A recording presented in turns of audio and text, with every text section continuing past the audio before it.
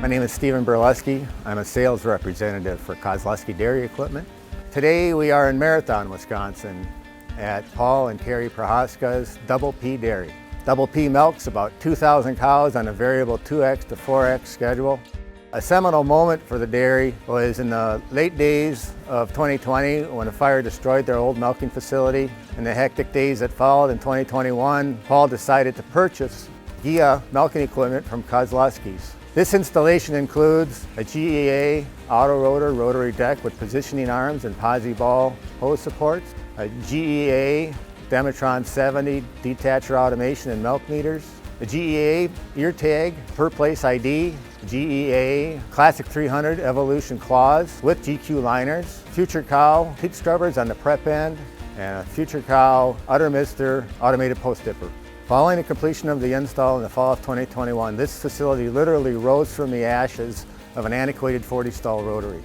Like the Phoenix it is, this facility demonstrates outstanding performance. 3-minute and 15-second milkouts, 60% of the milk in the first 2 minutes, over an 8-pound per minute milk flow average, 26 to 27 pounds of milk per milking, and a cell count between 80 and 100. This is a premier installation with a premier outcome. As a representative of Kozlowski Dairy Equipment and GEA, I could not be more pleased.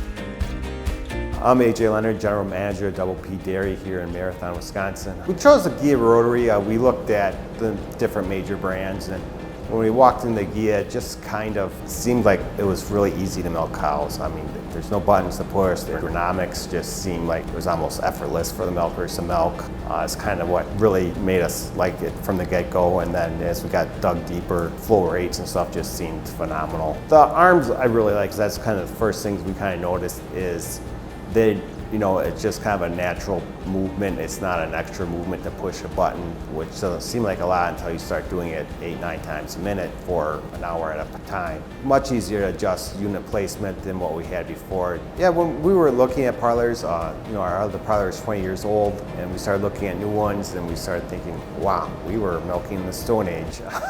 This one's just flow rates, labor efficiencies, just heads and tails above where we were.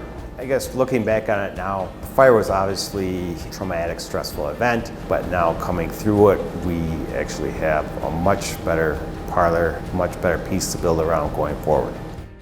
My name is Miguel Garcia, and I'm working at Double P. I started to work here as a hairsman. About 3 years ago, I got promoted to be a supervisor here in the parlor. The owner and my boss, they were visiting some other farms. They kind of gathered some information, some designs, and how those farms were functioning. Once they have all those ideas, then they decide how this parlor will be constructed.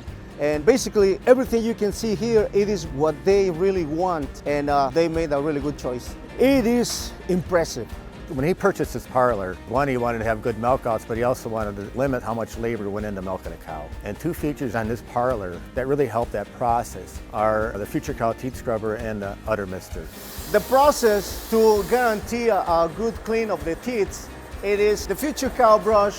When you press the trigger, it will come a solution, and it will wash the teats with the action of the rotating of the brushes. Once you let go of the trigger, it will be shooting air. The little brushes still rotating. With that action, it's helping us end up with a nice, dry, and clean teats.